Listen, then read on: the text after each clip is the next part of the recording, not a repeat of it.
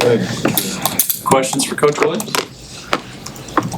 Head coach Brian Christopherson from Husker 24/7. What made this opportunity feel right as you went through the process of coming to Lincoln? I would say the people and just doing some research on Coach Rule. I had already known Coach Butler, and then Coach Mosey, who was already here, who was down at my last spot with us, and he had nothing but great things to say about the place. And so when the opportunity started to kind of come about, it was something that I definitely wanted to look into, and glad that I made the decision to come here. Addison, Luke Mullen from the Lincoln Journal-Star. You have some coordinator experience, obviously. What do you think you learned from that period, and what do you like about just focusing on the DBs now? Well, the biggest thing is learning more about the big picture and understanding how everything fits together, because at the end of the day, all 11 guys got to do their job, or there's going to be a breakdown somewhere. And so just having that opportunity the last 2 years, and then now coming here having the opportunity to step back and learn from Coach Rule, learn from Coach Butler, learn from Coach Snow, I think would be very, very beneficial towards the furtherment of my career. Is there, Steve Sipple, Husker Online, has there been anything eye-opening about this roster, just the job in general in your short time here? It's a lot of young talent on this roster. They've done a really good job recruiting over the last few years. When you got guys that are big, you got guys that are fast. And I know I heard Coach Terry talking about the fundamentals of things. That's something that we're really, really harping on, and development of players and teaching guys how to play football. But I do think we have a good core of guys that we can develop. Addison, Mitch Sherman from The Athletic. We got to hear from Coach Eckler and Coach Braden both about the influences that they had in their careers, whether with Mike, with all the coaches he's been around, and, of course, the guys at the Chiefs with Terry. For you, who are some of those influences, even back to your playing days and the guys that you had a chance to coach with? I would say one, Steve Spurrier. He's been very influential from the time I was a player, and even still, having communication now. Also, Lorenzo Ward, who's now working at Clemson off the field, he was the one that actually got me into coaching. Similar, I did not know what I wanted to do when I was done playing, and it was one day we were on the practice field, and he brought the conversation up, and I'm kind of like, I really don't know. Well, fast forward a year later, I was a graduate assistant at the University of South Carolina, working under him as the coordinator. He's been very influential, and he's the guy that I always communicate with when it's a matter of taking a different job or another opportunity. Another guy I would say is Steve Wilkes. Steve Wilkes has been very influential in my career, just from leadership standpoint, and I've never seen anybody command a room like he does. He does a really good job with that. He does a really good job with relationships, and that's something that I learned from him from his time with the Panthers and with the Arizona Cardinals. You return a lot of guys that have played snaps in that secondary. What do you know about that group right now? Just when you and Sean Callahan, by the way, Husker Online. What do you know about that group?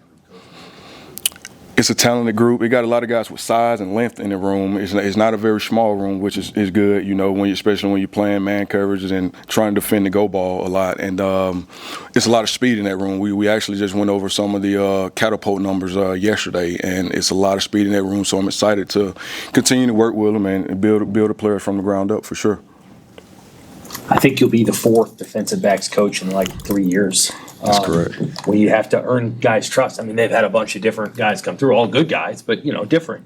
How do you earn people's trust, and how do you maybe think about how to teach them when they've probably learned different techniques from different guys? Right, and that's something that I put out in the forefront. I'm a guy that's very upfront with the guys, so that's something that I've talked to each and every one of them about. I'm not naive to that being the situation. I know I do got to come in and earn their respect, but I think it goes back to relationships, which is one of my core values, and I think that's one of the reasons that Coach Rule hired me here, because he's big on relationships, and that's what he wanted his staff to be all about. And I think from that standpoint, and Rome wasn't built in a day, so it's going to take time to build that trust and that relationship, but I think we're off to a good start thus far. Generally speaking, when you're looking at defensive backs, what are the traits you look for in those guys? So the biggest thing I'm going to look for is length. I'm going to look for how explosive he is, meaning can he run, can he change directions, how well does he transition. I'm going to look for guys that are willing to be physical, because obviously in today's game it's so much perimeter passing game that you got to be able to make tackles. And then the last thing is guys' playmaking ability. I would say those are the main four things that I look for. You got to spend a little time on the field with these guys before the Pinstripe Bowl. Is that right? Yes, I was kind of around watching, though. It wasn't doing too much on the field with them, but I had you were at the game?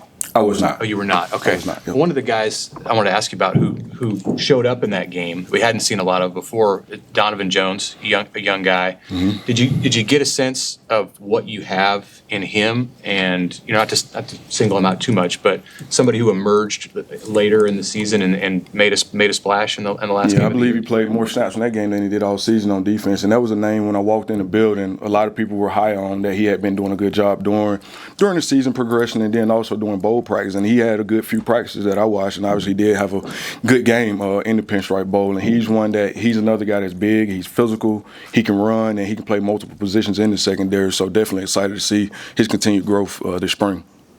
Matt McMaster at 1620 The Zone.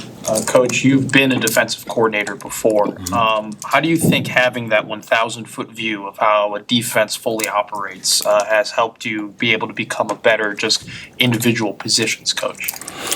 I would say the biggest thing is when you have to focus on the bigger picture, and then now you can go back to a minuscule deal, you can really focus on the details of that position.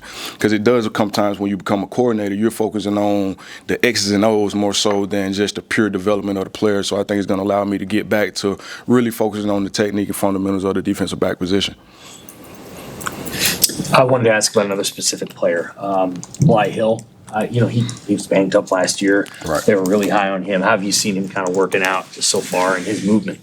He's done a good job. He actually moved around pretty well, and especially to be a longer guy. Most longer guys, they do have some stiffness, but Bly moves around really well, and excited to see him continue to be healthy, remain healthy, and go through spring ball. With the cornerbacks, how much do you want those guys generally just to press at the line of scrimmage and be very physical at that point of attack? That's going to be more so on Coach Butler from a schematical standpoint, but when we do call man coverage, I do want the guys to get in guys' faces and challenge them, not just open up the gate and let guys run, for sure, and affect the quarterback.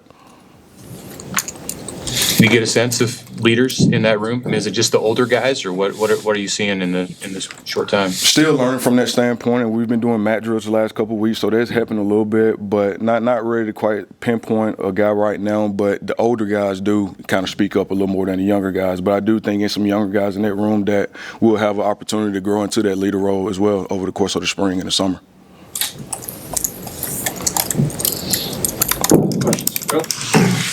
Thanks, Sam. Appreciate you all. Great meeting.